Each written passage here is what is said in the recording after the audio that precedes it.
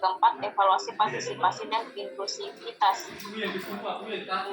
yaitu menilai sejauh mana narapidana perempuan dalam proses pengambilan keputusan terkait program dan layanan di lapas.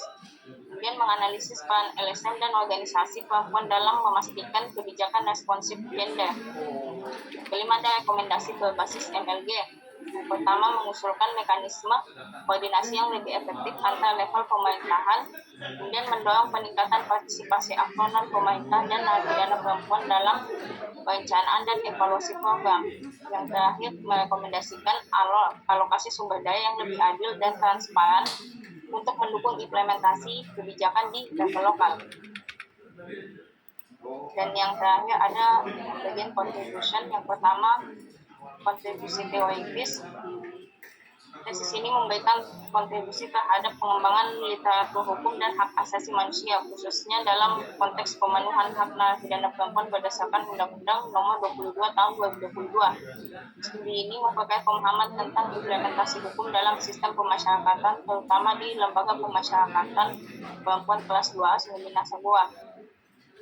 Dalam segi kontribusi praktis, hasil penelitian ini dapat menjadi acuan bagi pemerintah, pengelola lapas, dan pemangku kepentingan lainnya dalam meningkatkan kualitas pelayanan dan pemenuhan hak narapidana perempuan. Rekomendasi yang dihasilkan dapat digunakan untuk merumuskan kebijakan yang lebih efektif dan manusiawi dalam sistem pemasyarakatan. Yang ketiga, ada kontribusi sosial, di mana tesis ini diharapkan dapat meningkatkan kesadaran masyarakat tentang pentingnya perlindungan dan pemenuhan hak narapidana perempuan, serta mendorong terciptanya sistem pemasyarakatan yang lebih adil dan berperspektif gender. Dan yang keempat, kontribusi bagi lapas perempuan kelas 2A Sumber Minasa, di mana studi ini memberikan gambaran konkret tentang tantangan dan keberhasilan dalam implementasi Undang-Undang Nomor 22 Tahun 2022 di lapas perempuan kelas 2A Sumber Minasa, sehingga dapat menjadi bahan evaluasi dan perbaikan bagi pengelola lapas tersebut. Demikian presentasi saya kembalikan ke moderator. Ya, itu tadi materi yang disampaikan oleh Mbak Lili. Untuk selanjutnya, mohon maaf. Untuk selanjutnya dipersilakan kepada reviewer untuk memberikan pertanyaan, masukan atau saran. Boleh, Bu Patricia? Monggo, Mas Farhan. Terima kasih Mbak Ibu Patricia dan Mbak Lili. Terima kasih atas paparannya ya. Mau mengambil tema napi perempuan gitu ya. Saya mau memberikan usul deh dan diskusi mungkin Mbak Lili ya, boleh ya? Silakan Mas. Oke Mbak Lili, di judul itu sudah lumayan lah, cuman sepertinya sebaiknya ditambahin teorinya, kayaknya lebih maksudnya kan tadi disampaikan ada multi level governance ya, jadi ditulis aja bahwa judulnya itu bisa analisis multi level governance atas implementasi pemenuhan hak itu dan seterusnya, jadi disebut di awal. Itu yang pertama. Terus common ground-nya itu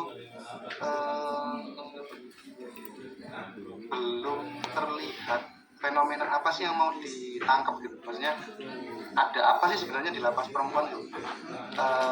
Kan kalau lapas kan memang sifatnya itu untuk narapidana yang sudah inkrah ya, maksudnya ya mereka memang sudah dinyatakan bersalah atas tindakan mereka sehingga mereka dikurung atau dipenjara di lapas itu.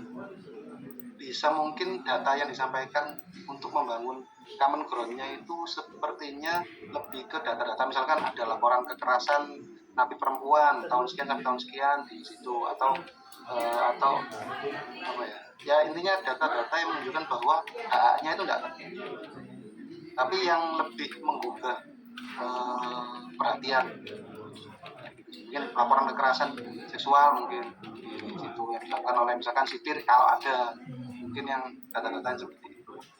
Terus kemudian di communication-nya itu kan communication itu sebenarnya mengungkap gap ya, jadi gap penelitiannya itu harusnya disampaikan, gap penelitian empirik dan akademiknya itu sepertinya belum muncul. Nah itu aja, atau nanti sepertinya kalau gapnya itu sudah dicari dulu nanti bisa muncul communication-nya, jadi apa yang belum ada di penelitian.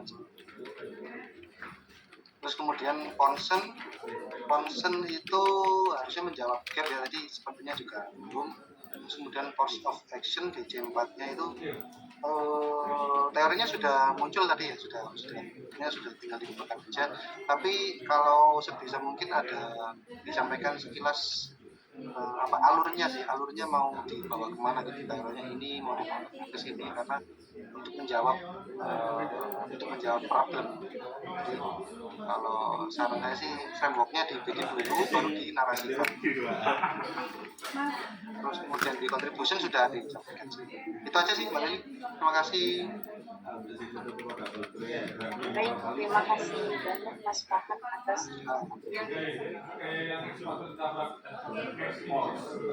Monggo untuk reviewer selanjutnya Mbak Eti atau Mbak Hini.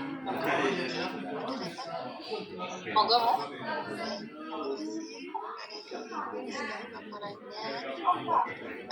Izin Mbak Dewi kita diskusi ya untuk yang terkait dengan usulan tesisnya Mbak Dewi. Untuk common ground-nya mungkin bisa ditambahkan uraian secara umum tentang perspektif gender sendiri ya, perlindungan perempuan seperti apa, akhirnya khusus ke perlindungan napi perempuan seperti itu Mbak. Untuk gap-nya tadi yang subjek dua sama dengan masalah ini belum tercapai yang penelitian terdahulu seperti itu. Terus ketiganya itu terkait dengan uang suam sudah masukan inilah yang kebijakan terkait undang-undang 22 itu ada yang ini nggak Mbak, teknisnya keturunannya gitu Mbak, turunannya dari undang-undang ini mungkin bisa dijelaskan juga. Terus untuk cost of action-nya itu terus udah muncul, komponen-komponennya sudah dijelaskan semua. Untuk yang contribution-nya oke, sudah keluar semuanya. Terima kasih Mbak Lili, cukup. Terima kasih moderator. terima kasih banyak Bu Hilina atas masukannya. Monggo untuk reviewer selanjutnya Mbak Eti. Mau ada saran, masukan, pertanyaan, silakan. Terima kasih moderator. Izin Mbak Hilina, ini usulan dan diskusi mungkin ya. Ini mungkin terkait yang common ground-nya ya. Di sini mungkin bisa ditambahkan kondisi narapidana perempuan sebelum UU nomor 22 tahun 2022 diberlakukan, dan mungkin perlu diperjelas juga bagaimana kebijakan ini diimplementasikan di berbagai lapas lainnya untuk memperkuat konteks penelitian. Sedangkan yang complication-nya mungkin perlu juga dijelaskan contoh konkret yang terjadi di lapangan, bagaimana implementasi yang tidak sesuai dengan undang-undang tersebut. Sedangkan yang konsennya mungkin lebih lebih gamblang gitu dalam mendeskripsikan dampak dari kegagalan implementasi terhadap narapidana perempuan, misalnya dalam hal kesehatan, psikososial, dan reintegrasi sosial. Sedangkan yang C4-nya mungkin perlu perluasan cakupan agar saran yang dihasilkan dapat diterapkan tidak hanya di lapas perempuan kelas 2A Sungga Minasa, tetapi juga di lapas lainnya di Indonesia. Yang terakhir mungkin yang C5-nya perlu memperjelas bagaimana penelitian ini dapat memberikan solusi nyata, apakah melalui kebijakan baru atau hanya hal-hal yang dapat diupayakan agar implementasi kebijakan tersebut dapat lebih baik. Mungkin itu aja Mbak Lili. Terima kasih. Selanjutnya saya kembalikan ke moderator. Terima kasih Mbak Eti. Mbak Lili mungkin ada yang mau ditambahkan Mbak Lili? Atau mungkin sharing lagi? Monggo. Baik, terima kasih. Mungkin itu saja Bu Patricia. Saya rasa sudah cukup juga masukan yang sangat membangun dari teman-teman reviewer. Terima kasih banyak. Terima kasih Mbak Lili untuk presentasi yang sudah disampaikan Mbak Lili. Semoga berbagai pertanyaan, saran atau masukan dari teman-teman bisa bermanfaat bagi kita semua. Kita tutup presentasi hari ini dengan ucapan wassalamualaikum warahmatullahi wabarakatuh. Monggo Mbak Eli. Waalaikumsalam warahmatullahi wabarakatuh. Matur nuwun Bu Eli sudah dibantu dan juga terima kasih Mbak Lili atas presentasinya. Terkait dengan presentasinya Mbak Lili, apakah Bu Erna ada masukan terlebih dahulu atau kita lanjut untuk presentasi selanjutnya Ibu? Ya, lanjut aja. Tapi saya tadi yang dari Mbak Lili tadi saya senang sekali dengan temanya ya. Temanya belum pernah ini mahasiswa LKP S2 yang mengambil tema itu. Itu menarik sekali. Itu ya. Oke, lanjut. Baik, terima kasih Bu Erna. Selanjutnya presentasi akan dilanjutkan oleh Mbak Melinda dengan moderatornya Mbak Amanika. Begitu ya? Oke, baik. Monggo silakan Mbak Amanca untuk dimulai presentasinya.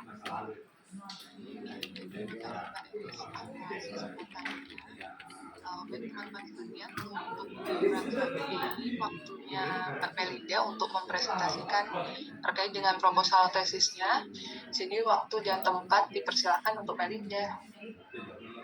Selamat siang semuanya. Assalamualaikum warahmatullahi wabarakatuh. Waalaikumsalam. Jadi di sini saya akan memaparkan rencana dari proposal tesis saya, yaitu Polisi Capacity Pemberian Beasiswa Kabupaten Seruyan berdasarkan Peraturan Bupati Seruyan Nomor 20 Tahun 2024 tentang pedoman pemberian beasiswa bagi mahasiswa berprestasi dan mahasiswa tidak mampu. Next slide, Mbak.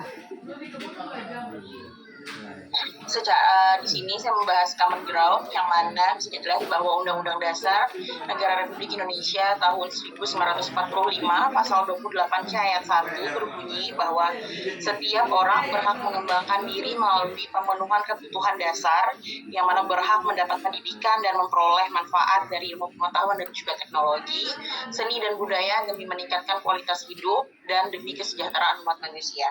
Bisa kita lihat bahwa presentasi penduduk Indonesia yang lulus dari perguruan tinggi pada tahun 2023 dari data Direktorat Jenderal Kependudukan dan Pencatatan Sipil menunjukkan bahwa jumlah penduduk yang memiliki pendidikan perguruan tinggi ada di jumlah 18,74 juta jiwa per Desember 2023, yang mana jumlah tersebut hanya 6,68% dari jumlah penduduk nasional yang berjumlah 280 juta jiwa pada tahun 2023. Next slide, Mbak. Lalu di sini masuk common ground di Kabupaten Seruyan sendiri.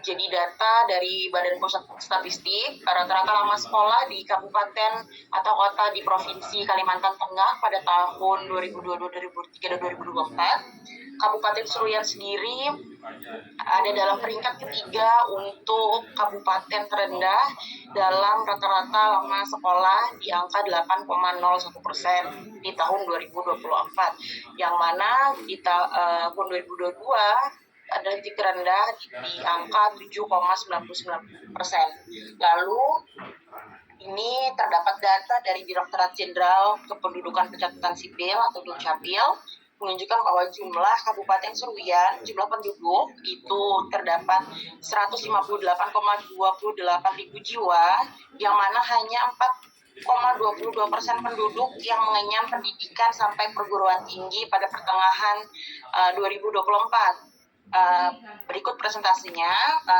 mungkin bisa saya bacakan. S3 sendiri hanya terdapat 0,002%, yaitu 3 jiwa. S2 172 jiwa atau 0,11%. S1 sendiri 4.603 jiwa, 2,91%. D3 1.381 jiwa, atau 0,87%, D1 dan D2 yaitu 521 jiwa 0,33%, yang mana tidak atau belum sekolah sebanyak 46,57 ribu jiwa, yaitu setara dengan 29,42%. Next slide, Mbak. Lalu di sini complication gap empirik yang pertama adalah kurangnya transparansi dan juga aksesibilitas informasi, yang mana terdapat kesenjangan dalam penyebaran informasi terkait pendaftaran dan kriteria beasiswa untuk mendukung keberlanjutan masyarakat Kabupaten Suruh untuk menempuh pendidikan tinggi seperti itu. Nah, bisa kita lihat di sini bahwa Dinas Pendidikan Suruyan sendiri diminta untuk sosialisasikan lebih gencar beasiswa Kabupaten Suruyan oleh Wakil Bupati Ibu Ismayanti. Lalu yang kedua adalah kurangnya data evaluasi efektivitas program. Nah, di sini dari Dinas Kabupaten Suruyan sendiri terdapat monitoring dan juga evaluasi dari kegiatan, tapi belum ada data evaluasi mengenai mengenai program beasiswa itu sendiri, namun hanya evaluasi mengenai kegiatan kepemudaan perkumpulan pelajar mahasiswa Suruyan atau IKPM atau PPMS bisa disebut juga, dan ini hanya diberlakukan di Kota Malang seperti itu.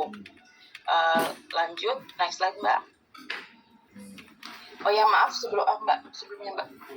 Lalu ini saya baru mendapatkan data dan belum saya sempat masukkan bahwa kurangnya transparansi data penerima dari beasiswa Suruyan sendiri adalah tahun lalu Bupati Suruyan di periode sebelumnya Bapak Yohelidir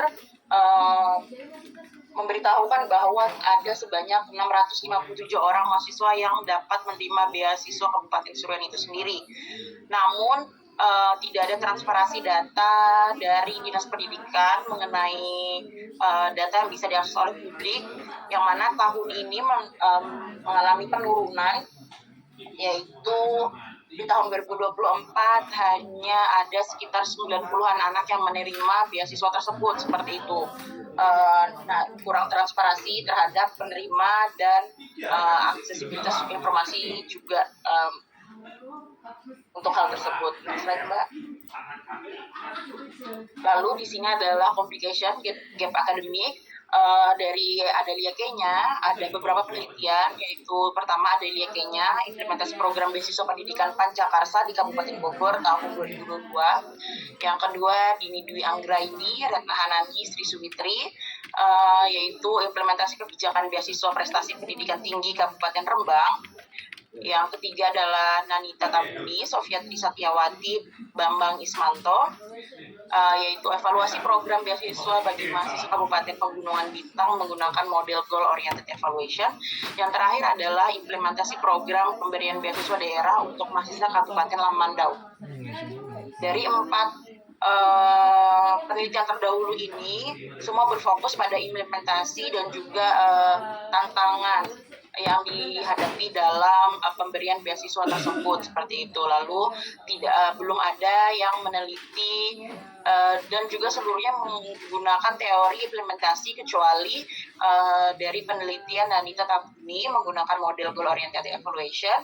Maka penelitian ini menemukan gap akademik, yaitu belum adanya fokus penelitian menggunakan teori policy capacity untuk melihat bagaimana kapasitas administratif, manajemen politik kontingen, dan harapan kepuasan pada beasiswa daerah di Kabupaten Suruyan. Next slide, Mbak. Concernnya adalah berdasarkan pemaparan Jeff sebelumnya, bahwa yang pertama fokusnya adalah proses evaluasi beasiswa, yang mana hal ini bisa mempengaruhi keadilan dan dalam pemberian beasiswa kepada masyarakat Kabupaten Suruyan yang benar-benar membutuhkan. Lalu yang kedua adalah sosialisasi program beasiswa dan juga akses informasi, yang mana Kabupaten Suruyan ini menghadapi tantangan di tingkat lokal seperti keterbatasan sumber daya, kurangnya koordinasi antar pemerintah daerah dan lembaga pendidikan, serta rendahnya kesadaran masyarakat tentang adanya program tersebut. Lalu terakhir adalah transparansi dalam proses seleksi penerimaan beasiswa, yang mana hal ini bisa menjamin bahwa proses seleksi terbuka dan sangat penting untuk meningkatkan adanya kepercayaan publik dan mengurangi potensi praktik yang tidak adil dalam pemberian beasiswa. Next slide. Dari pemaparan fokus, maka penelitian ini menggunakan teori policy capacity dalam konteks program beasiswa Kabupaten Seruyan yang mengacu pada 3 komponen utama, yaitu administratif capital, kontingen political management, dan expectation certification, yaitu yang mana administratif capital menganalisis pemerintah Kabupaten Seruyan dalam memastikan bahwa seluruh sistem administrasi beasiswa mudah diakses, terorganisir dengan baik dan juga efisien. Kontingen political management yaitu akan menganalisis dan memahami kepentingan berbagai pihak seperti pemerintah pusat, daerah, lembaga pendidikan, kelompok masyarakat, dan pihak lain yang mungkin terlibat dalam penyediaan dan pengelolaan beasiswa tersebut. Lalu yang terakhir adalah expectation certification, menganalisis kapasitas pemerintah untuk memenuhi harapan masyarakat terkait dengan kebijakan atau program yang diluncurkan, yang mana dalam hal ini adalah program beasiswa tersebut. Next slide.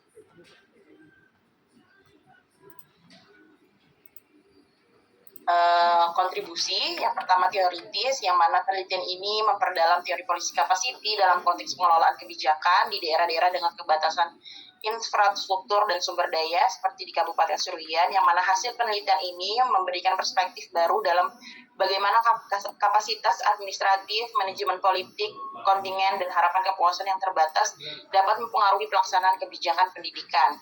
Secara praktis, penelitian ini dapat memberikan rekomendasi bagi pemerintah Kabupaten Seruyan sendiri, khususnya untuk Bupati yang baru saja menjabat, Bapak Selana Rwanda, tentang cara meningkatkan transparansi, aksesibilitas, dan efektivitas pengelolaan beasiswa. Maka dengan penggunaan teknologi, penyusunan prosedur yang lebih jelas, dan serta peningkatan kapasitas administrasi untuk mengelola program beasiswa secara lebih efisien. Next slide. Mungkin sekian pemaparan dari proposal tesis saya. Terima kasih masukan dan saran. Saya harapkan bisa membangun untuk menyempurnakan proposal ini. Terima kasih. Baik, terima kasih atas presentasinya Mbak Melinda. Selanjutnya dipersilahkan untuk reviewer pertama, yaitu Mas Fatur ya. Kalau misalnya ada masukan, pendapat, atau diskusi, pertanyaan juga yang ingin disampaikan, boleh disampaikan.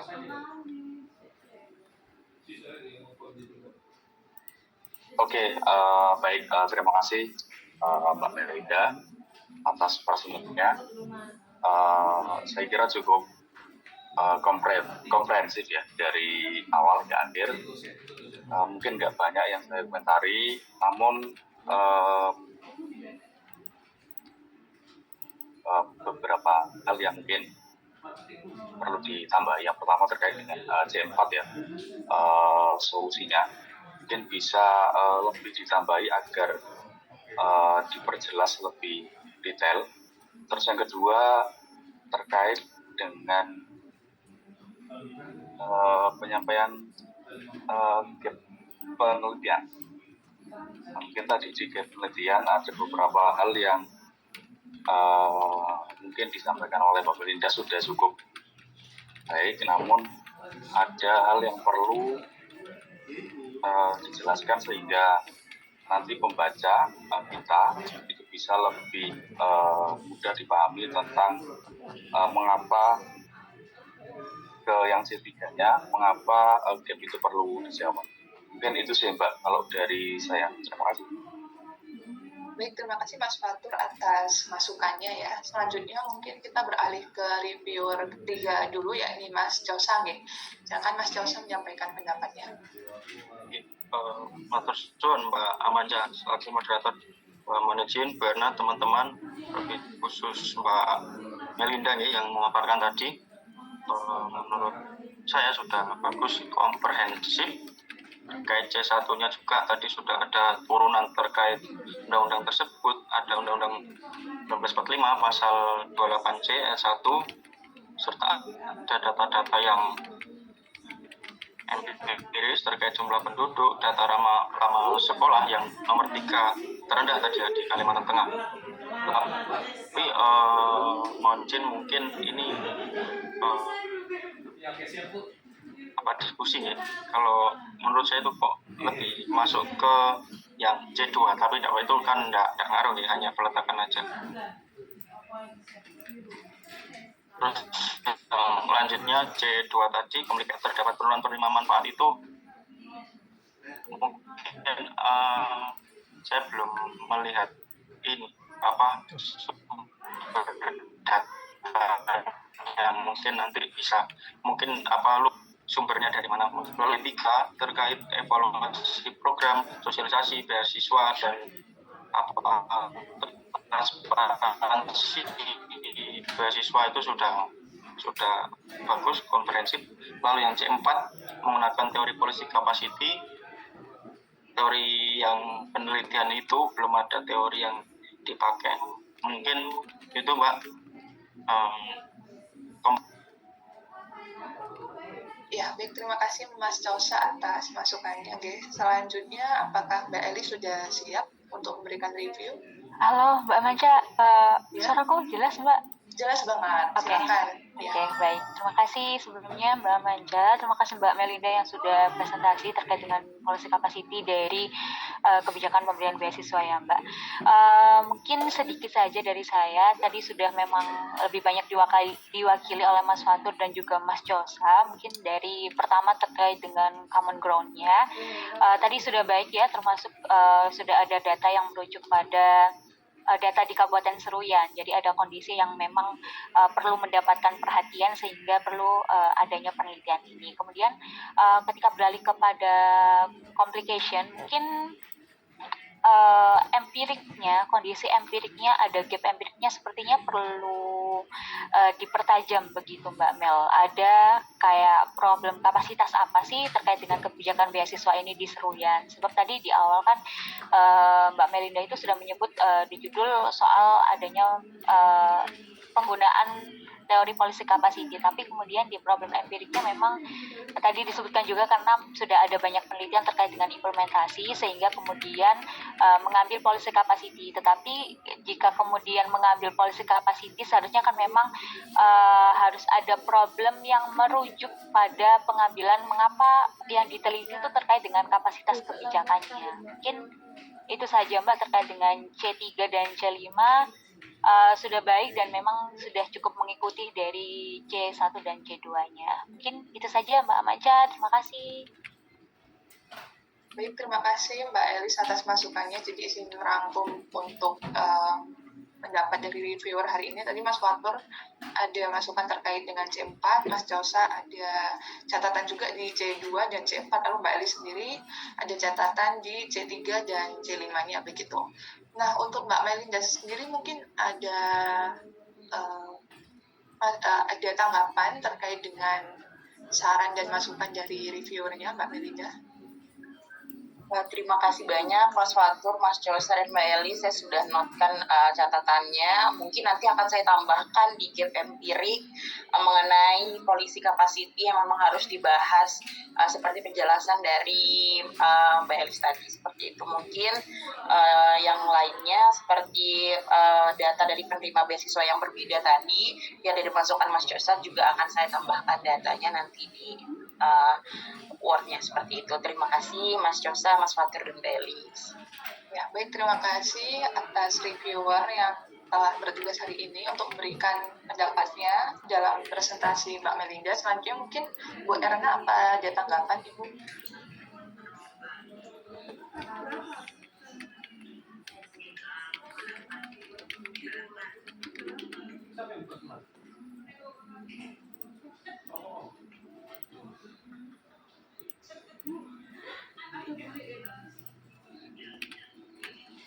Oke, baik. Kalau begitu mungkin saya serahkan kepada Mbak Elis nih. Baik, terima kasih Mbak Manca atas panduan terkait dengan presentasinya Mbak Melinda. Mungkin kita lanjut terlebih dahulu, teman-teman sekalian. Selanjutnya presentasi dari Mas Josa yang akan dimoderatori oleh Mbak Cika. Monggo silahkan. Assalamualaikum warahmatullahi wabarakatuh. Mohon izin Bu Erna, Bapak Ibu dan teman-teman semua. Pada kesempatan kali ini kita akan sama-sama mendengarkan paparan dari latar belakang proposal tesis Mas Cosa yang berjudul Implementasi Peraturan Bupati Nomor 55 Tahun 2023 tentang integrasi pelayanan publik di wilayah Kabupaten Sidoarjo melalui aplikasi sistem pelayanan rakyat Sidoarjo. Untuk Mas Cosa, waktu dan tempat kami persilakan. Bismillahirrahmanirrahim. Assalamualaikum warahmatullahi wabarakatuh. Mohon izin Bu Erna dan teman-teman izin memaparkan rencana proposal tesis kami, yaitu implementasi Peraturan Bupati Sidoarjo Nomor 55 Tahun 2023 tentang integrasi pelayanan publik di Kabupaten Sidoarjo melalui aplikasi Sistem Pelayanan Rakyat Sidoarjo atau SIPRAJA. Jadi kita masuk di common ground, yaitu bagian pembuka dengan membahas sesuatu yang bersifat umum terkait topik penelitian saya. Yang pertama ada dasar dari mengapa saya mengambil ini, bahwasanya saya mengambil dasar dari Undang-Undang 1945, yaitu pasal 28E ayat 2, bahwasanya setiap warga negara itu berhak untuk memperoleh kesempatan yang sama di urusan pemerintahan. Dua, terkait pelayanan publik, yaitu ada Undang-Undang Nomor 25 Tahun 2009 Pasal 1 ayat 1 yang mendefinisikan bahwa pelayanan publik sebagai suatu tindakan atau serangkaian kegiatan dalam rangka memenuhi kebutuhan pelayanan sesuai dengan peraturan perundang-undangan bagi setiap warga negara dan penduduk atas barang, jasa, atau pelayanan administrasi yang diberikan oleh penyelenggara pelayanan publik itu sendiri. Jadi bisa diibaratkan mulai dari kita lahir procot sampai dengan kita meninggal itu kita berurusan dengan pelayanan publik atau administrasi publik. Ketika kita mau meninggal, ketika kita mau lahir, sudah didata dari mulai dalam kandungan, imunisasinya, apa gizinya, segala macam. Serta ketika kita sudah meninggal pun mendapat akta kematian. Seperti itu. Lalu timbul beberapa masalah terkait pelayanan publik. Menurut Maulana dan Yuliati, bahwasanya problematika buruknya pelayanan publik itu sebagian besar disebabkan karena SOP yang tidak jelas, seperti itu. Lalu adanya tuntutan pasar yang seperti kita ketahui bahwasanya saat ini kita sedang berada di zaman yang modern, yaitu semua serba digital dan semua serba praktis menggunakan teknologi. Begitu juga dengan pelayanan publik, kita, pemerintah juga didorong atau dituntut untuk berinovasi dalam melakukan perbaikan atau perbaikan kualitas pelayanan publik kita sendiri. Yang kedua, C2 complication, ada gap empirik dan gap akademik. Kita lihat bersama gap empirik, kita sajikan data-data terkait banyaknya aduan masyarakat yang masuk ke Ombudsman, termasuk dalam 9 tahun terakhir dari mulai 2014 sampai 2022 itu ada sekitar 22.197 aduan yang masuk di Ombudsman. Lalu ada aduan di Ombudsman Jatim, bahwasanya di Jawa Timur itu aduan masyarakat paling banyak masuk itu terkait penyelenggaraan pemerintah daerah, yaitu sekitar 253 aduan. Serta bisa kita lihat juga dalam aplikasi sistem pelayanan rakyat Sidoarjo atau SIPRAJA itu, pengguna SIPRAJA itu belum, yaitu baru sekitar 365 ribuan dari total penduduk Sidoarjo itu 2 jutaan. Jadi sekitar 15-16% saja masyarakat yang menggunakan aplikasi tersebut. Di sini kita jelaskan tahun 2022 berdasarkan data tadi, Ombudsman RI itu menerima 22.197 aduan masyarakat. Lalu 2024 juga Kepala Ombudsman Jatim itu mengungkapkan bahwa aduan masyarakat yang masuk ke Ombudsman Jatim 2024 itu sekitar 591 laporan. Paling banyak itu di pemerintah daerah, 253 laporan. Lalu di tahun 2019 1% aduan Ombudsman itu memiliki peringkat kedua aduan laporan pelayanan publik, sekitar 15 laporan. yaitu nomor 2 terbanyak setelah Surabaya, yaitu 98. Lalu menurut Peraturan Bupati Sidoarjo nomor 55 tahun 2023, bahwasanya pada pasal 4 ayat 1, setiap aplikasi pelayanan publik yang dibangun oleh pemerintah Kabupaten Sidoarjo itu harus terintegrasi dengan aplikasi Sipraja. Namun terlihat adanya perbedaan data dari jumlah layanan yang tercantum pada pasal 3 peraturan ini itu belum terakomodir seluruhnya pada aplikasi Sipraja saat ini existing. Yang kelima, masyarakat itu juga dinilai sangat antusias menggunakan Sipraja. Terbukti data pengguna Sipraja itu sekitar 365.000 jiwa, yaitu sekitar 16% dari penduduk Sidoarjo. Dan menurut data yang belum saya masukkan juga, menurut Diskominfo selalu memegang server atau ini pemilik SPBE, yaitu di Sidoarjo itu aplikasi Sipraja itu memiliki kapasitas terbesar dengan pengguna terbesar aplikasi yang ada di Sidoarjo.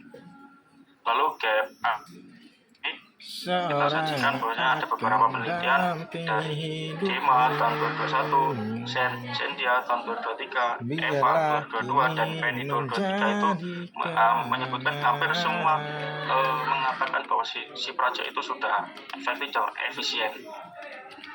Di sini tidak menyebutkan peraturan, ini hanya aplikasinya yang diteliti. Jadi berdasarkan data penelitian Gap Akademik tersebut, bahwasanya menurut kami data-data yang kami punya itu Sipraja itu Perbup itu yang mengatur tentang Sipraja itu belum optimal, belum bisa dilaksanakan secara optimal. Terbukti beberapa data-data yang telah tersaji seperti pada yang slide yang tadi. Lalu C3 yaitu menjelaskan mengapa gap ini penting untuk dijawab. Jadi pemerintah itu juga dituntut untuk menjawab aduan-aduan masyarakat seperti buruknya pelayanan publik. Jadi di sini pemerintah berupaya untuk meningkatkan kualitas pelayanan publiknya melalui sebuah inovasi, yaitu sistem pelayanan rakyat Sidoarjo melalui aplikasi digital Sipraja. Lalu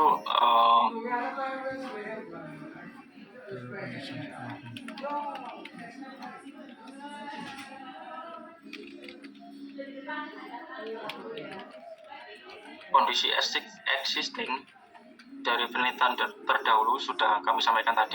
Aplikasi Sipraja itu dan efisien, tetapi di sini kami mencoba menyajikan lebih mendalam terkait permasalahan-permasalahan yang timbul dari kebijakan Perbup tersebut. Sini kita jelaskan juga bahwasanya terkait implementasi kebijakan tersebut, kita melihat beberapa data itu belum sesuai harapan, seperti belum semuanya masyarakat Sidoarjo itu menggunakan aplikasi Sipraja, padahal itu aplikasi basic dasar pelayanan publik yang ada di Sidoarjo. Yang kedua, belum semua aplikasi itu terintegrasi dengan aplikasi Sipraja seperti amanat yang ada di peraturan tersebut tadi. Yang ketiga, hingga saat ini Mohon maaf Mas Celso, waktunya nyuwun tolong diperhatikan ya. siap. Jadi masih ada kebimbangan OPD mana yang berhak mengelola aplikasi tersebut. Lalu C4 menjawab pertanyaan tersebut, pemerintah Kabupaten Sidoarjo itu membuat kebijakan melalui peraturan Bupati Sidoarjo nomor 55 tahun 2023 tentang integrasi pelayanan publik di Kabupaten Sidoarjo melalui aplikasi Sipraja. Di sini diharapkan pelayanan publik yang dari manual itu bisa dilakukan secara digital, serta dengan melihat beberapa kendala yang ada, kita ataupun peneliti itu mencoba meneliti terkait implementasi kebijakan tersebut dengan menggunakan teori implementasi menurut David C. Korten. Jadi teori tersebut itu nanti menjelaskan tentang untuk mengimplementasi program itu ada 3 elemen yang dilihat, yaitu program itu sendiri, pelaksana program, serta kelompok sasaran program. Jadi kalau menurut pandangan awal kami, asumsi awal kami bahwa pelaksanaan programnya itu belum optimal, serta kelompok sasarannya juga belum semuanya menggunakan. Lalu C5 kontribusi, yaitu kontribusi teoritis, yaitu memberikan bukti empiris bahwasanya tidak semua kebijakan itu berjalan dengan optimal, begitupun juga aplikasi si praja oleh pergub tersebut. Yang kedua, studi kasus ini menggunakan teori implementasi menurut David C. Corten ini tadi yang sudah kita jelaskan, dan memberikan masukan terkait studi kebijakan publik ya, bahwasanya dari semua penelitian itu belum ada penelitian yang memperlihatkan terkait masalah-masalah yang diambil oleh peneliti saat ini. Lalu kontribusi praktis yaitu membuat pelayanan publik digital tentunya untuk meningkatkan kualitas pelayanan publik. Yaitu yang kedua menganalisis implementasi dari kebijakan tersebut apakah sudah berjalan optimal atau belum, serta memberikan masukan kepada stakeholder atau pemerintah daerah terkait bagaimana sih upaya-upaya untuk dapat mengoptimalkan pelaksanaan pergub tersebut. Mungkin itu yang dapat kami sampaikan. Dan teman-teman, kurang lebihnya mohon maaf. Assalamualaikum warahmatullahi wabarakatuh. Atas paparannya, selanjutnya kami persilakan kepada para reviewer. Kali ini reviewnya Mbak Lili, Mbak Amaja, dan Mbak Melinda untuk memberikan saran, masukan. Monggo Mbak Ok dan Mbak, silakan. Baik. Assalamualaikum warahmatullahi wabarakatuh. Terima kasih sudah ada dan untuk presentasi yang sudah dipaparkan Mas Jasa tadi sudah sangat baik dan jelas juga. Mungkin kalau masukan dari saya lebih ke analisis tentang dinamika dan analisis tentang dinamika implementasi proyek yang mau 50 ini. Mungkin lebih diperkuat lagi dengan adanya perbandingan data sebelum dan sesudah regulasi, dan mungkin bisa ditambahkan juga terkait indikator kinerja kuantitatif untuk mengukur tingkat integrasi sistem. Mungkin dari saya itu saja. Tentunya presentasi sudah sangat bagus, Mas Desa. Terima kasih.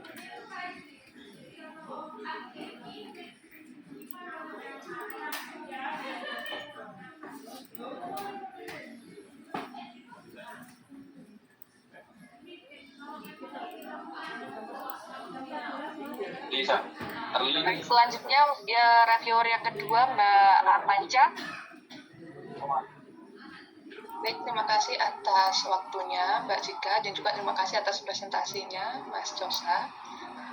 Terkait dengan presentasinya sudah sangat bagus ya Mas Josa, apalagi terkait dengan menonjolnya data di C2 sudah cukup jelas antara data pengguna SIM Praja juga ternyata hanya beberapa persen dari jumlah penduduk Sidoarjo begitu ya. Lalu juga ada gapnya dimunculkan juga sudah bagus. C4-nya juga sudah cukup jelas. C5-nya juga saya sangat memahami posisinya sudah cukup jelas.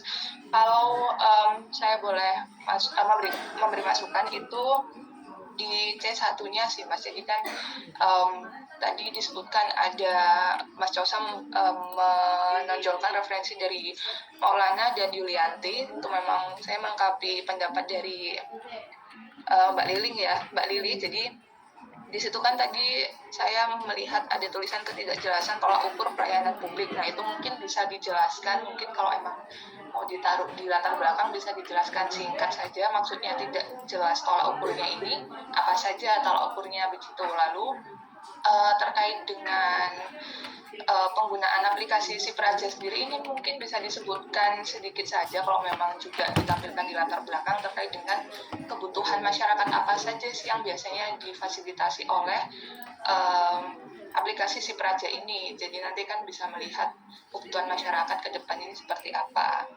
Lalu juga saya tadi sedikit catatan terkait dengan C5-nya ya, di mana tadi Mas Josa menggunakan teori implementasi David C. Corten. Nah itu mungkin di sini saya lihat teorinya ini menekankan tentang pentingnya partisipasi masyarakat, pemberdayaan lokal, dan penerapan kebijakannya sesuai dengan kebutuhan komunitas. Nah, itu mungkin bisa nanti ditonjolkan terkait dengan bagaimana pemberdayaan dari komunitas tersebut dan apa upaya dari pemerintah untuk dapat menjembatani di antara implementasi kebijakan dan komunitas masyarakat yang dituju sesuai dengan teori itu. Terima kasih, Mbak Josa. Baik, terima kasih Mbak Amanca. Selanjutnya dari Mbak Melinda, monggo Mbak. Makasih Mbak Cika.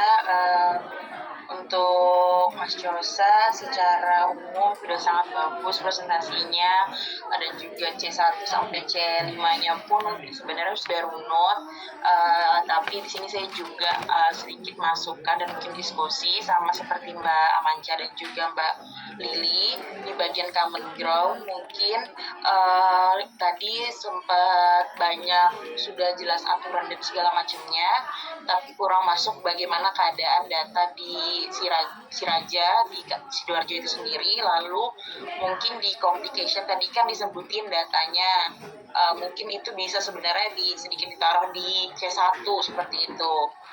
Dan sama seperti Mbak Amanca, mungkin Siraja ini tadi kurang sedikit dijelaskan secara singkat di C1-nya Mas gitu.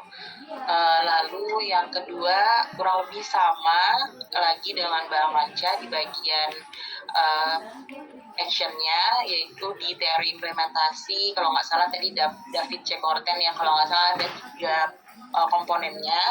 Mungkin tadi memang sudah disebutkan komponennya apa saja, cuman belum disebutkan secara lebih detail lagi dari aksi-aksi 3 komponen ini apa saja rencana yang akan dilakukan penelitian dari Mas Josa itu sendiri. Mungkin begitu. Terima kasih Mas Josa.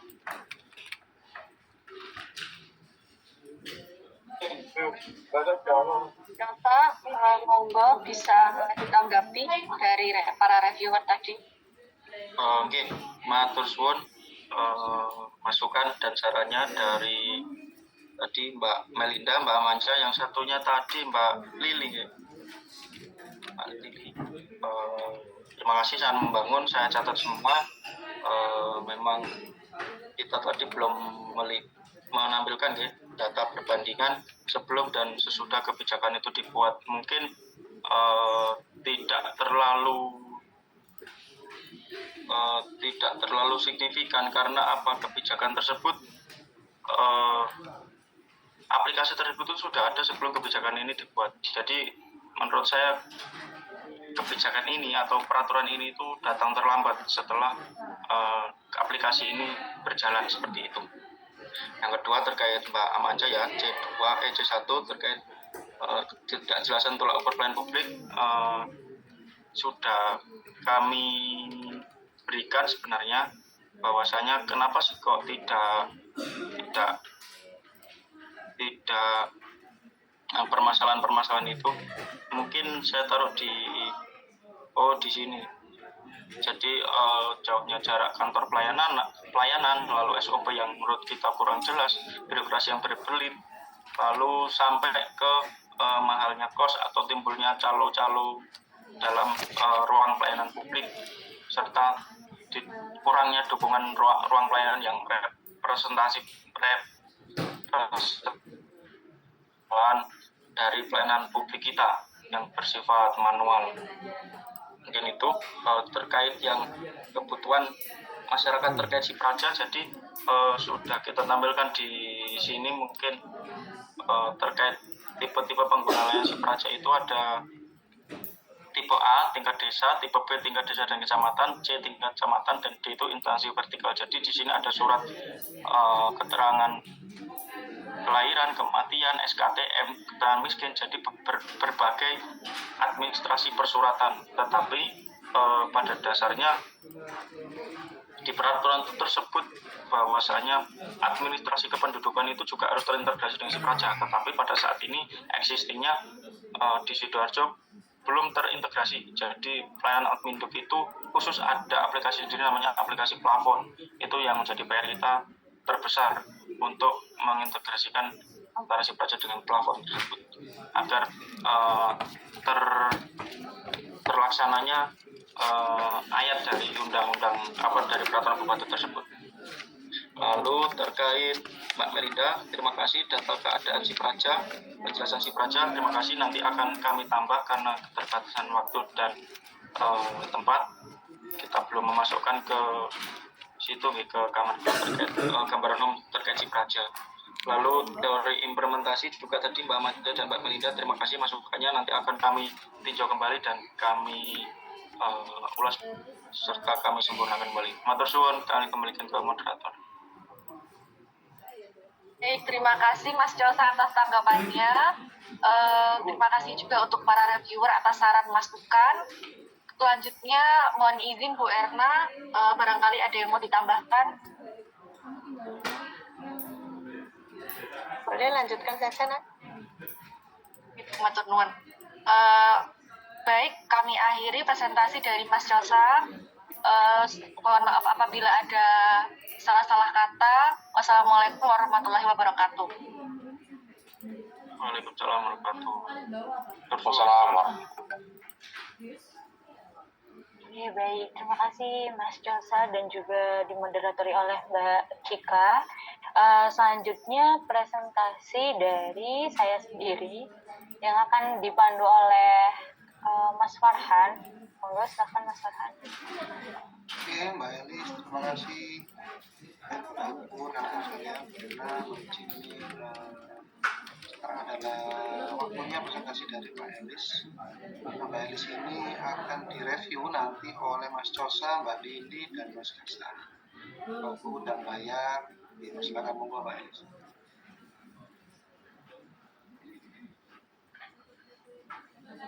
Oke, baik. Terima kasih Mas Farhan atas pembukanya. Baik, teman-teman sekalian, dalam kesempatan ini saya akan mempresentasikan sedikit terkait dengan C1 hingga C5 terkait proposal tesis yang berjudul Policy Capacity dan Governance Capacity dalam Kebijakan Pengendalian Pencemaran Udara di Kota Surabaya.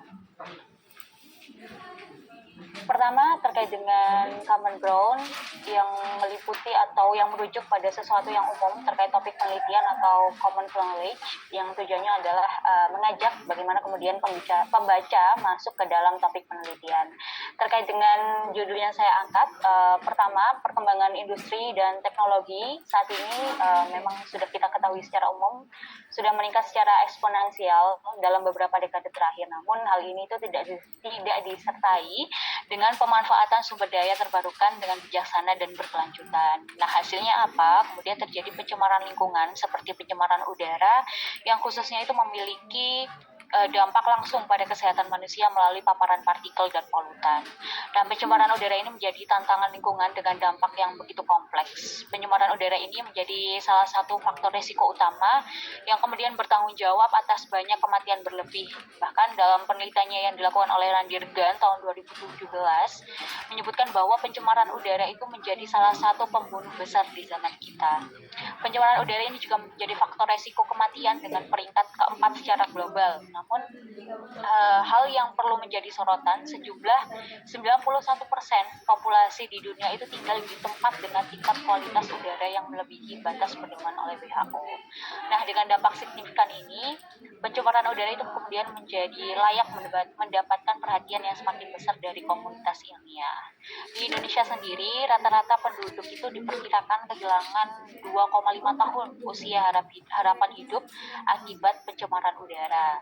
Data satelit itu menunjukkan bahwa populasi udara ini banyak terkonsentrasi di Pulau Jawa, khususnya di wilayah metropolitan, karena selama 2 dekade rata-rata tingkat polusi udara di Indonesia itu mencapai 3 kali lipat dari ambang sesuai batas oleh WHO.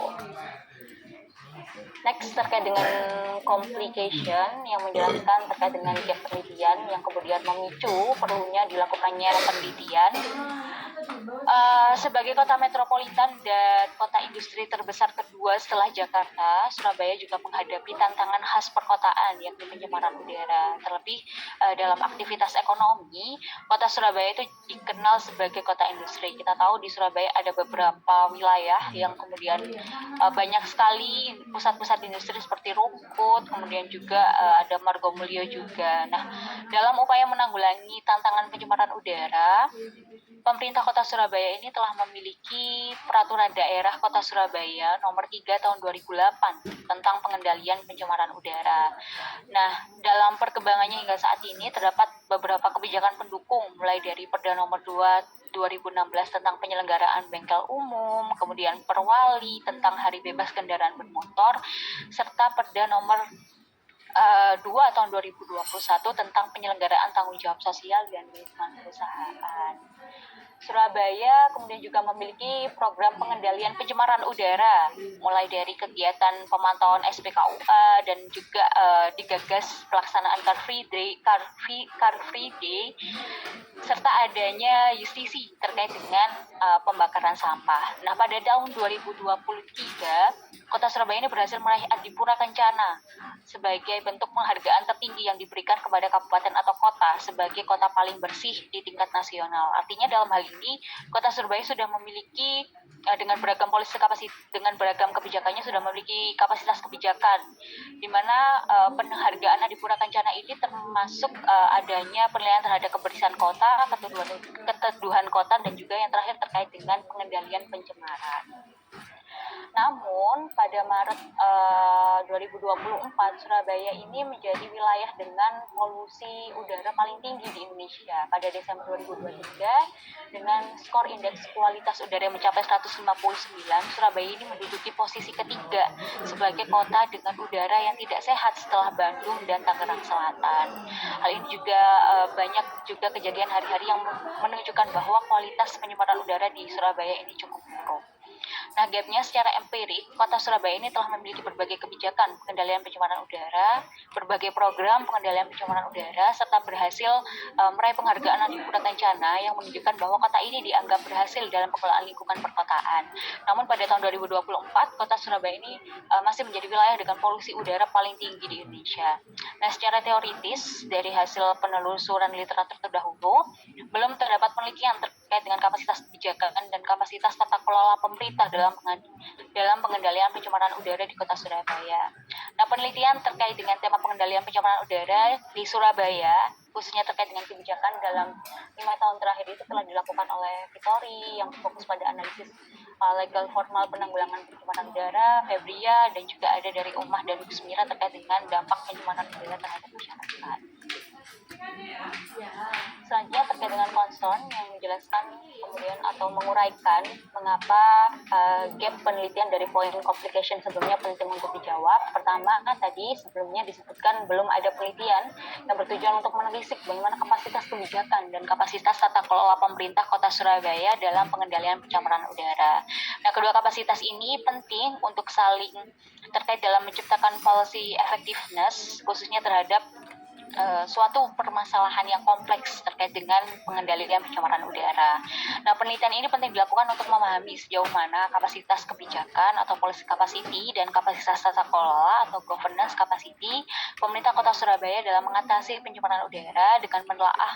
Nah, dengan menelaah kedua aspek tersebut, penelitian ini kemudian dapat mengidentifikasi faktor-faktor yang mendukung maupun menghambat efektivitas kebijakan yang telah diterapkan. Selanjutnya terkait dengan course of action atau solusi yang ditawarkan pada penelitian yang akan dilakukan. Nah, dengan berfokus pada pertanyaan penelitian yang bertujuan untuk menguraikan bagaimana policy capacity dan governance capacity dalam kebijakan pengendalian pencemaran udara di Kota Surabaya, maka penelitian ini menawarkan kajian komprehensif mengenai bagaimana kapasitas kebijakan dan tata kelola dalam implementasi pengendalian pencemaran udara. Nah, governance capacity ini digunakan untuk melihat aspek sistemik dan struktural, sementara policy capacity ini lebih fokus pada kapabilitas agar kebijakan berjalan dengan efektif. Nah, dalam rancangan proposal tes ini saya menggunakan policy capacity dari Muhawlet dan Rames yang digunakan sebagai pisau analisis untuk mengeksplorasi aspek kapasitas analitis, operasional, dan juga politik untuk melihat sejauh mana kebijakan pengendalian pencemaran udara itu dapat diimplementasikan secara efektif. Kemudian terkait dengan governance capacity, saya mengambil perangkat dari TAN 2019 yang digunakan untuk melihat bagaimana kemampuan pemerintah dalam mengelola kebijakan, berkoordinasi dengan berbagai sektor, serta menjalankan regulasi yang telah ditetapkan. Karena memang terkait dengan kebijakan pencemaran udara ini tidak hanya melibatkan satu sektor saja. Terakhir terkait dengan kontribusi teoritis dan praktis dari penelitian yang dilakukan. Kontribusi teoritisnya memperkaya kajian terkait dengan policy capacity dan governance capacity dalam konteks kebijakan pengendalian pencemaran udara, kemudian mengisi kesenjangan dalam literatur, dan juga menawarkan kerangka analisis yang dapat digunakan dalam penelitian kebijakan lingkungan lainnya, terutama dalam konteks kota dengan kompleksitas tata kelola yang tinggi. Sementara kontribusi praktisnya diharapkan penelitian ini kemudian dari hasil analisis yang dilakukan mampu memberikan rekomendasi berbasis analisis dua kapasitas untuk meningkatkan efektivitas kebijakan pengendalian pencemaran udara. Terakhir, diharapkan penelitian ini nantinya juga mampu menyediakan wawasan bagi pemangku kepentingan termasuk regulator, industri, dan juga masyarakat sipil. Kemudian bagaimana mengatasi tantangan dan memanfaatkan peluang dalam implementasi kebijakan lingkungan yang lebih berkelanjutan. Baik, sekian, terima kasih presentasi dari saya. Saya kembalikan kepada moderator. Terima kasih Mbak Elis. Silakan teman-teman reviewer, Mas Sosan, Mbak Lili, Mas Kasan. Tanggapan. Tunggu Mas. Oke, matur suwun Mas Farkan sebagai moderator, mohon izin Mbak Erna, Mbak Elis sebagai pemampar. Mulai saya tadi mengikuti dari awal sampai akhir.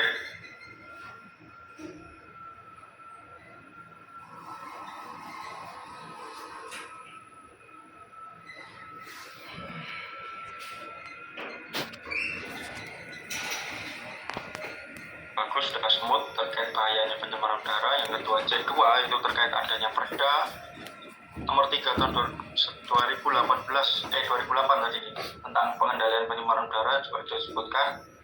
Lalu juga sudah ada data empirik juga terkait Surabaya menjadi daerah dengan tingkat polusi tertinggi, seperti itu sudah ada datanya juga. Ketiga juga sudah disampaikan terkait topik ini juga belum ada penelitian yang meneliti terkait topik ini dengan teori policy capacity. Mungkin itu bagus komprehensif langsung terima kasih.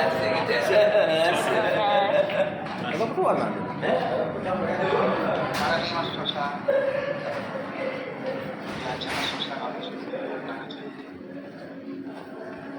Oke, Mbak Lili, Mas Kasan. Baik, terima kasih Mas Farhan sudah dipersilahkan, dan untuk presentasi yang sudah dibawakan Mbak Lili, saya rasa sudah sangat baik dan cukup jelas tadi. Tapi mungkin kalau dari saya ada sedikit masukan pada bagian C2 complication, mungkin bisa dimasukkan sedikit untuk pembahasan konflik antara prioritas ekonomi dan perlindungan lingkungan, termasuk dalam sisi lemahnya mekanisme penegakan hukum dan kapasitas kelembagaan pemerintah daerah. Dan untuk bagian concern juga dimasukkan ada identifikasi resiko jangka panjang terhadap kesehatan masyarakat akibat paparan polusi udara yang terus meningkat. Ini saya rasa sudah sangat baik.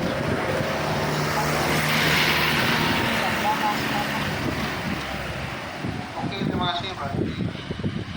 Terakhir Mas Hasan.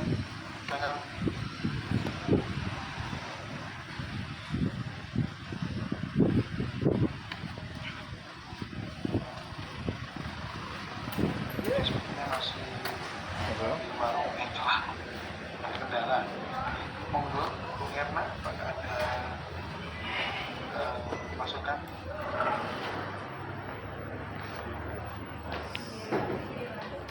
ke Bu Ida. Sebenarnya baik, terima kasih atas paparan dan reviewnya dari Pak ini. Proses saya kembalikan ke Pak Edi. Terima kasih. Baik, terima kasih Mas Farhan, terima kasih juga tadi untuk Mas Jonta dan Mbak Dewi atas masukannya. Selanjutnya presentasi dari Mbak Farah yang akan dipandu oleh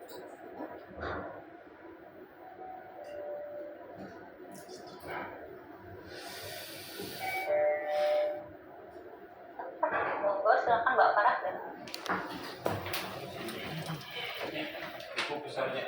Mau ke Bu Ida. Mau ke Bu Ida.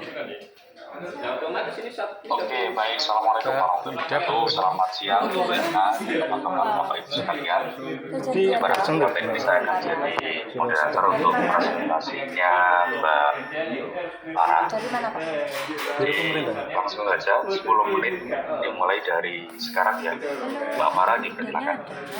Baik, terima kasih Mas Fatur atas kesempatannya. Assalamualaikum warahmatullahi wabarakatuh. Salam sejahtera bagi kita semua.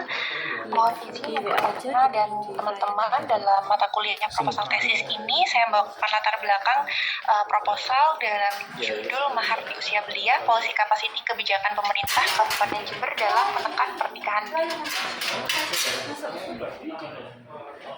Untuk common ground C1 sebenarnya pernikahan dini itu apa sih? Menurut Kantor Komisioner Perserikatan Bangsa-Bangsa untuk Hak Asasi Manusia, pernikahan dini ini didefinisikan sebagai pernikahan di mana setidaknya salah satu pihak berusia di bawah 18 tahun.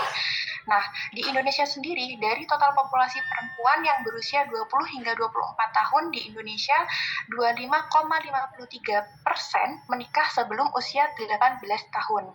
Nah, sehingga Indonesia ini menduduki peringkat keempat dengan kasus perkawinan anak terbanyak di dunia setelah India, Bangladesh, dan Cina menurut data dari UNICEF tahun 2023. Nah, sehingga secara keseluruhan hal ini menunjukkan bahwa 1 dari 9 anak perempuan di Indonesia menikah sebelum mereka mencapai usia 18 tahun.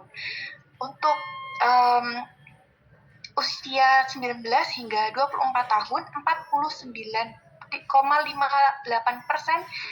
perempuan di Indonesia. Kemudian 8,16% diantaranya menikah di usia 10 hingga 15 tahun. Data dari Badan Pusat Statistik tahun 2024. Untuk menurut Peradilan Agama sendiri tahun 2022 mencatat sebanyak 52.000 sekian permohonan dispensasi kawin yang dikabulkan.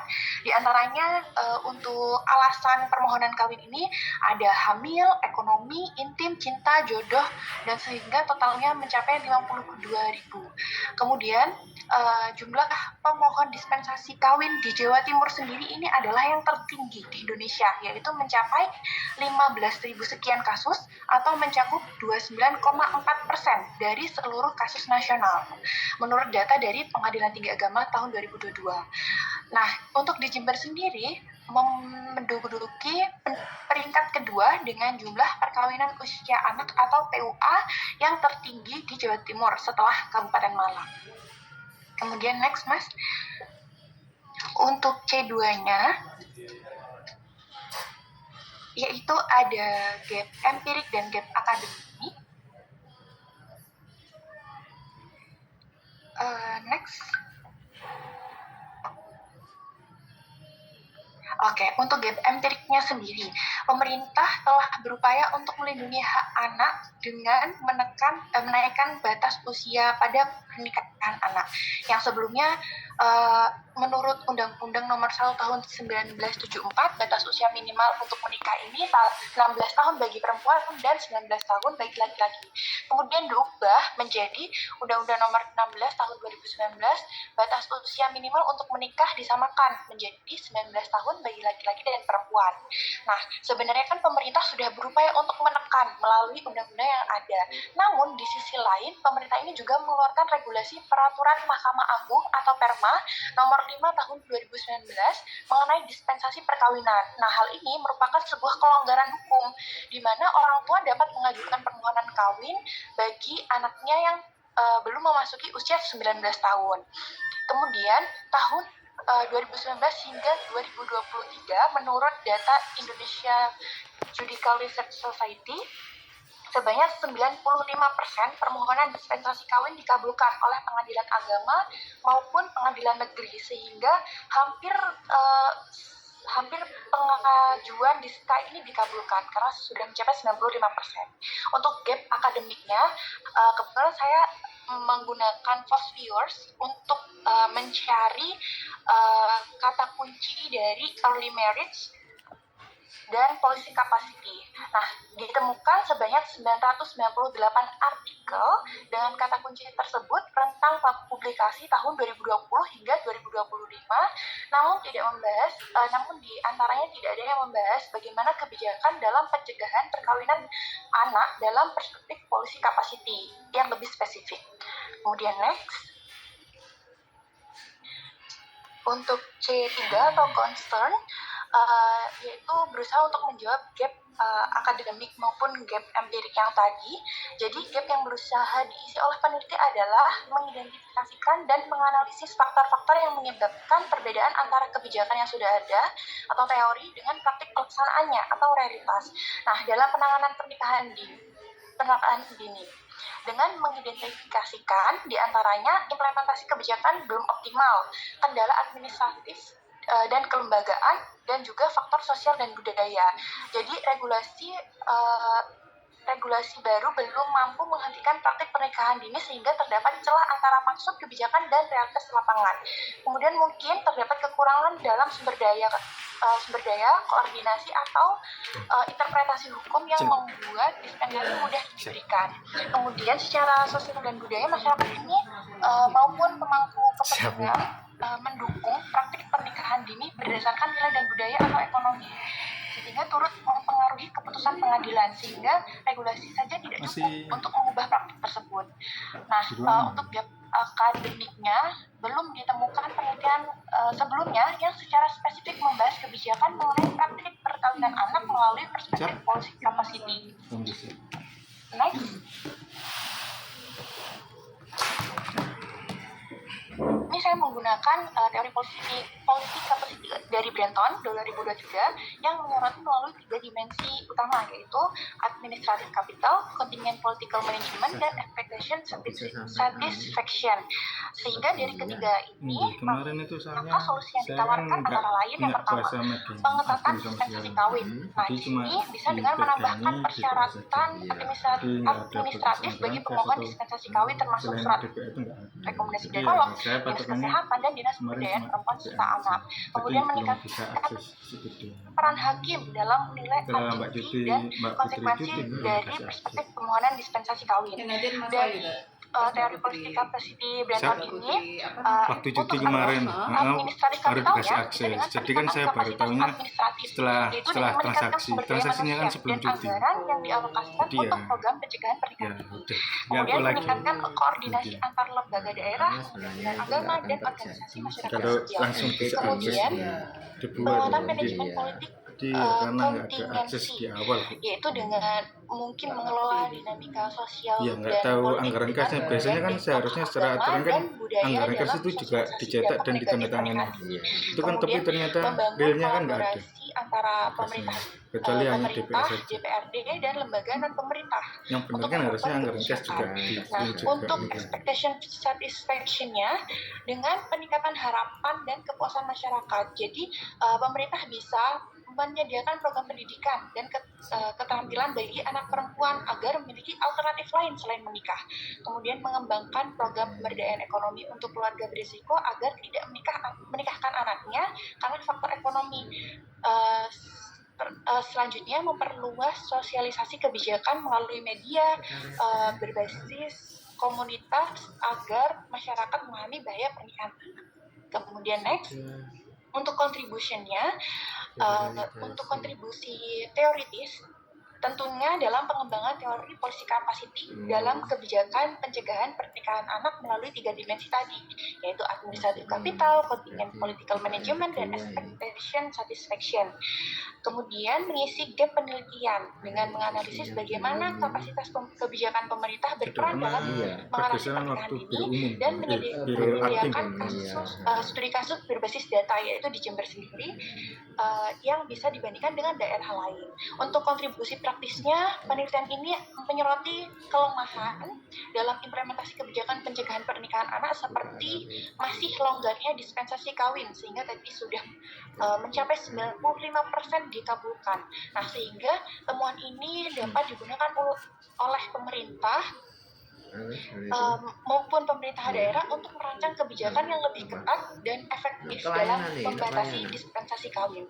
Kemudian juga untuk membantu organisasi dan LSM dalam merancang program intervensi yang lebih tepat sasaran, baik dalam edukasi, pemberdayaan ekonomi maupun advokasi. Mungkin sekian presentasi dari rancangan proposal tesis saya. Saya kembalikan kepada Mas Fatur. Oke, baik. Terima kasih Mbak Farah atas presentasinya. Mungkin teman-teman yang mau melakukan atau reviewnya ada Mbak Febriana, Mbak Yuni, dan Mbak Cika. Monggo dipersilakan. Terus kode rekening belanja Mami. Nah, ini yang awal itu 18.760. 18. Selamat siang. Awalnya. Sepertinya Mbak Febri Ini kan 18. Iya, realisasi. jangkauan, jadi saya dulu boleh. Yang Januari Boleh. 18. Silakan Mbak Yuni. Oh, dibuka. Jadi itu. kasih, Ambil Pak. dari semester 2. semester 2 Paparannya sudah. Januari 18. Ini barusan tak Saya ada beberapa yang catatan bilang boleh yang ya. mana ini? Ini nanti dikurangi semua. Saya juga sudah Di- menjawabnya, di- didamkan oleh Di apa semua? Enggak, diubah dua Saya saja. Oh, 21. Sih, mengenai kita ubah dulu aja. latar belakang Anda. 21. Mulai dari teknikal dulu ya, kalau teknikal tulisannya nanti mungkin bisa Itu diedit di copy aja. Nah, kopi ya, kopas. spasi, Untuk terus yang kemudian semuanya. bullet Yang numbering sampai jadinya, peletakan tabel dan juga judulnya. Terus kemudian mengenai Kan tadi ada para sudah sisa sampaikan bahwa itu. belum ada penelitian 18.760. mengenai pernikahan dini yang dipotret dari Terus perspektif yang Februari konstruksi. 3160. Anda juga Sesuai tidak dengan menyertakan 2, penelitian 60. hasil penelitian apapun di latar belakang. Oke. sudah. Jadi Habis ya. mungkin nanti bisa ditambahkan untuk data-data Sudah, ini aja pendukungnya. ya. Sebagai contoh, Anda menuliskan faktor yang menyebabkan tingginya pernikahan anak di Jember, Ini ya geser ya udah tapi ya. data-data yang dikutip di situ itu masih data umum, belum ada data yang merupakan temuan dari seseorang karena penelitiannya atau mungkin 21 observasinya. ya. Terus kemudian mengenai batasan dalam cakupan hal ya, kayak misalnya Saya ini di pelayanan. ada hamil di luar nikah, Di pelayanan. tapi setelah itu dibahas lagi di tamu. bawahnya ada bicara mengenai perceraian. Nah itu mungkin bisa batasannya bisa lebih diperketat karena hamil di luar nikah konteksnya pernikahan dini, tapi perceraian agak Aku sedikit jauh dari kurang tahu kedua itu. moro-moro kok WA aku. Terus kemudian Itu ada data dari mana itu? saya kebetulan juga Nggak ngerti. mendalami materi policy capacity, jadi saya sudah baca artikelnya Brenton yang Gini. Anda pakai. Gini terkait hal Sebenarnya tersebut. penelitian ini juga Itu kan pengembangan tanya dari terkait policy dengan capacity. bukan Jadi, data tapi bisa terkait dengan Terangkan kenapa buku besar. Nah, buku pakai besar kan bukan sudut per pandangnya ben- Brenton, iya, karena policy capacity juga makanya aku kan ya banyak bingung. rujukannya, dan itu bisa memperkuat dan mempertajam Aku juga tahu analisa ceritanya. ke depan. Terus yang terakhir aku ya mengenai jadi gini aku bingung. solusi yang Anda Nomor tawarkan. di nomorku. Menurut hemat saya Biasanya nggak ini langsung ke mungkin saya, bisa didiskusikan. biasanya nggak ke Solusi yang Pak Anda Saiful atau apa, terangkan di sini, tapi tanya itu sebenarnya terkait sudah buku mencakup besar. hasil Ya penelitian. kok buku besar aku Jadi yang mungkin nanti bingung. bisa Buku besar lebih, kayaknya di sisi akuntansi ya kayak gitu kan. apa ya, Harusnya tanya ke akuntansi gitu. benang merah penelitiannya mungkin bisa dipertajam mau Ya, kemana. orang Kalau tahu kayak misalkan itu solusi nggak yang pernah. ditawarkan tadi di situ Aku nggak itu pernah adalah ngasih. jawaban yang diperkirakan, berarti nanti tinggal validasi Asli ya aja. nggak pernah ngasih. Tapi kalau misalkan mau menangkap fenomena lain berarti Iya. Iya. per Oke. dimensi Oke. tidak disertakan secara gamblang di latar belakang. Itu aja, selebihnya semoga lancar proposal tesisnya sampai researchnya nanti. Terima kasih. Terima kasih Mbak Yuni. Mungkin bisa dilanjutkan oleh Mbak Jika. Persilakan. Baik, terima kasih Mas Fatur atas kesempatannya. Untuk Mbak Farah, presentasinya sudah cukup komprehensif dan bagus. Cuman saya memberi sedikit masukan dan saran ya Mbak ya, terkait urgen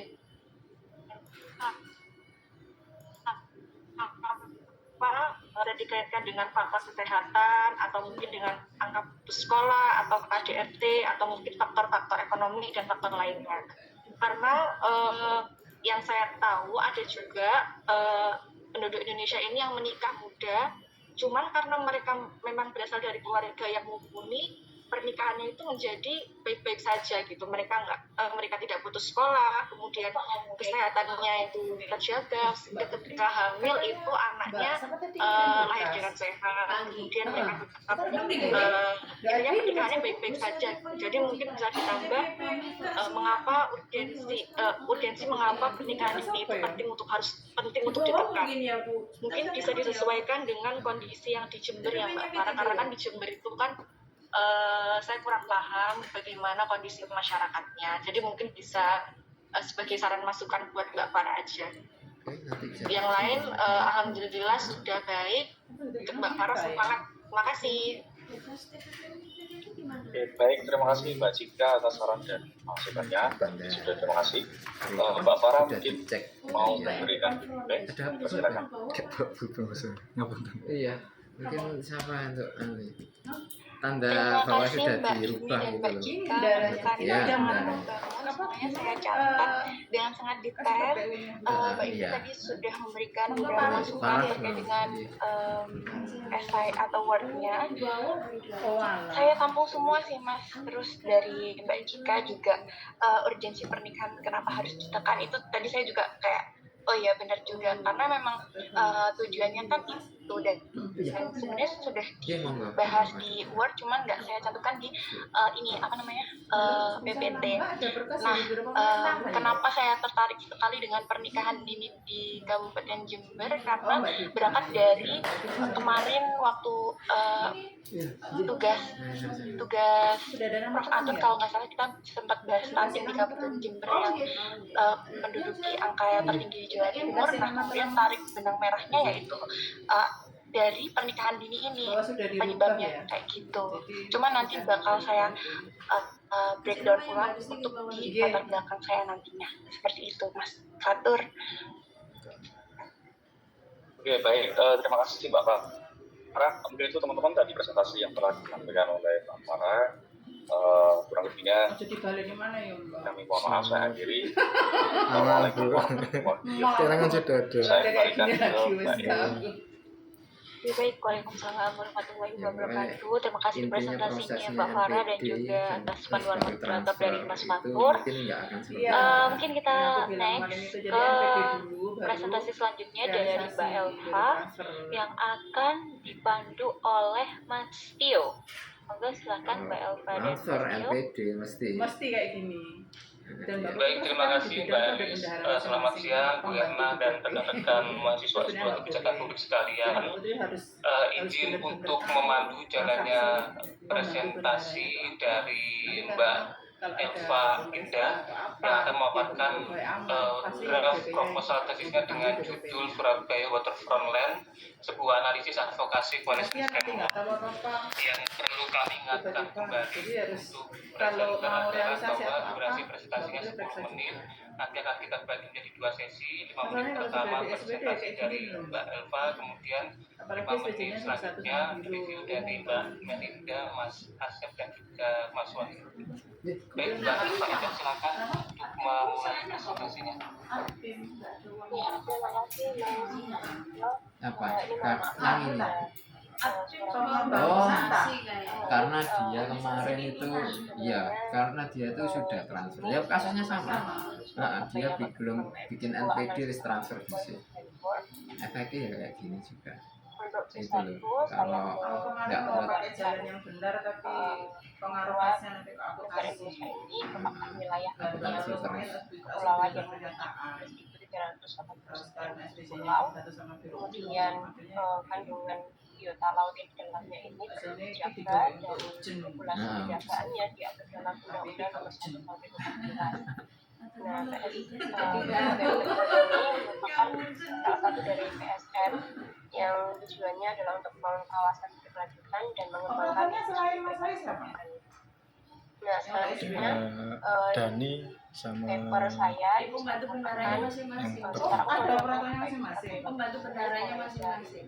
tujuan per bagian. tujuan dibangun dan mekanismenya serta pabrik yang akan dibuat dan studi apa saja di dalamnya. Selanjutnya di bagian complication ini ada beragam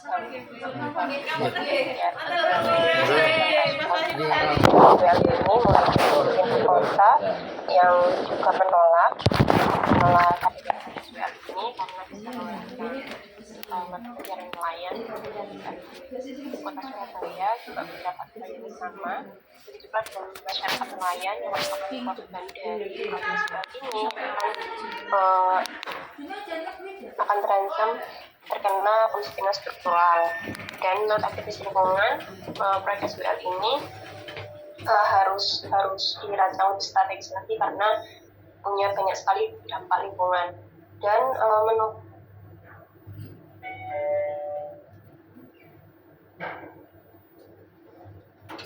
tim pesisir adalah bisa diperdayakan dan bisa menjadi kawasan ekonomi eksklusif. Nah, namun permasalahannya yang kedua adalah kebijakan ini tumpang tindih. Jadi dalam beberapa undang-undang ya saya sebutkan setidaknya ada 7 bahwa proyek SWL ini itu melanggar 7 undang-undang ini, namun berbenturan dengan undang-undang perpres yang mengatur tentang PSN ini bahwa secara teknis tidak dimungkinkan untuk dipindahkan dari lokasi yang direncanakan.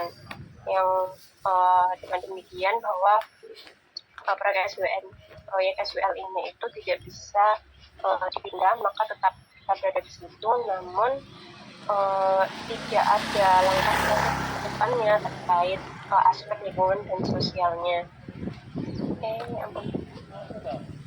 Ya, selanjutnya dari concern ini dibahaskan terkait pandangan dari beberapa aktor politik yang saya sebelumnya di communication bahwa ada dampak lingkungan yaitu mengancam ekosistem pesisir dan laut, yang SWL ini juga berperan besar dalam pencemaran air laut.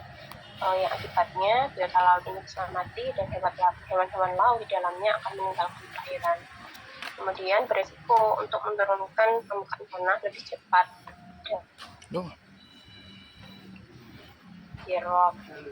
Nah, kemudian dampak yang ketiga adalah luas hutan mangrove di pantai timur Surabaya akan semakin menurun. Nah, di dampak sosial sendiri ini, yang pertama, komunitas nelayan akan terancam kehilangan zona tangkapan ikan dan jangkauannya akan terbatas. Nah, karena jangkauannya terbatas dan tangkapan ikannya tidak sebanyak biasanya, maka masuk ke dampak yang kedua, pendapatan nelayan akan semakin menurun dan berpotensi untuk menciptakan kemiskinan struktural baru.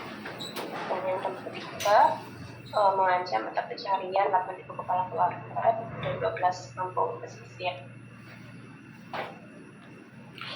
Nah, untuk C4 Course of Action ini saya mengambil teori ACF, yaitu Advocacy Policy Framework yang dikembangkan oleh Sebastian Henkin Smith ini karena teori ini dapat menganalisis faktor politik yang terlibat, kemudian menganalisa value sistem antar kelompok ya, dan memberikan mediasi dari kelompok pro dan kontra.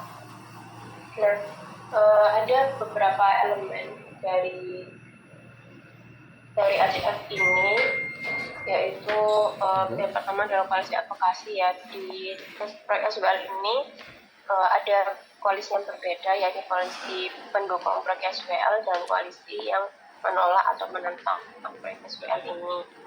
Nah, kemudian elemen yang kedua, AJF ini berfungsi sebagai analisa kebijakan yang bersifat kompleks. Nah, contohnya proyek SWL ini masuk di dalamnya, dan proyek SWL ini adanya pengaruh dari AJF. Di proyek ini tuh ada yang pengaruh dari fraksi antar koalisi terhadap kebijakan SWL yang menunjukkan proyek ini selaras dengan konsep teori AJF. Nah, kemudian C5, kontribusi akademiknya adalah penelitian ini dapat menambah wawasan dalam kajian kebijakan politik, khususnya dalam penerapan teori AJF dalam konteks pembangunan perkotaan. Dan studi ini memperkaya literatur terkait dinamika tata ruang, peran aktor dalam proses perumusan kebijakan, serta bagaimana konflik kepentingan mempengaruhi implementasi suatu proyek strategis nasional. Dan kontribusi praktisnya adalah penelitian ini bertujuan untuk memberikan rekomendasi bagi pemerintah baik di tingkat pusat maupun daerah dalam mengelola kebijakan pembangunan berbasis pesisir secara lebih efektif dan berkelanjutan. Selain itu, studi ini juga membantu pembuat kebijakan untuk memahami titik-titik konflik serta peluang untuk membangun kebijakan yang lebih inklusif. Ya, demikian itu presentasi saya kembalikan ke Mas Prasetyo. Baik, terima kasih Mbak Elva Indah atas presentasinya. Berikutnya kami persilakan tim reviewer Mbak Melinda, Mas Wahyu, dan juga Mas Asep untuk memberikan review atas presentasi dari Mbak Elva Indah. Waktu dan tempat dipersilakan. Terima kasih Mas Tio, izin memberi masukan Mbak Elva, mungkin sedikit diskusi juga. Yang pertama, presentasinya udah jelas, datanya sudah menjelaskan sekali, namun ada beberapa masukan mungkin ya. Yang pertama di C1, memang tadi tujuannya sudah dituliskan seperti itu, tapi di bagian secara gambaran umum, Surabaya Waterfront ini sendiri mungkin bisa dijelaskan kembali di presentasinya atau ditulis di PPT C1-nya, karena mungkin memang sudah dijelaskan di Word ya, cuman mungkin bisa ditambahkan seperti itu. Lalu di C2 mungkin tadi belum membahas kegiatan penelitian ya, yang kalau nggak salah empirik dan akademiknya. Itu sih, nanti ini kan berkesinambungan dengan C3 yang mana akan menjawab dari gap tersebut. Seperti itu. Mungkin itu saja masukan dari saya. Terima kasih.